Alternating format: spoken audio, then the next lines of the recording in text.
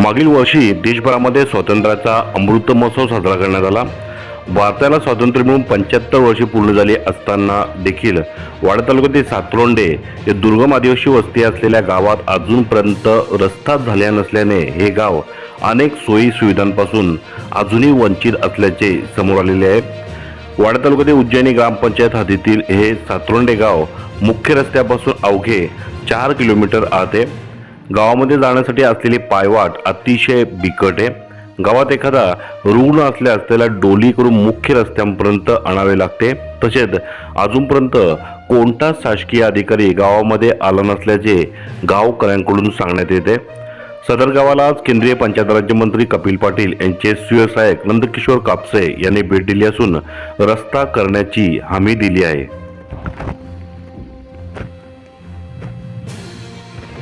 पेशिंग बांधला डोले बांधली काय काठीच्या पाड्यात उतारायला लागत हो।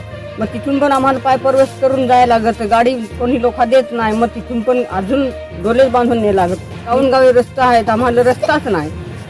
वाडा तालुक्यातील उज्जैनी ग्रामपंचायत अंतर्गत सातरोंडा ग्रामपंचायत सातरोंडा महसूल गावामध्ये आज मी केंद्रीय राज्यमंत्री आपले खासदार कपिल पाटील यांच्या सूचनेनुसार या गावाला भेट दिली होती।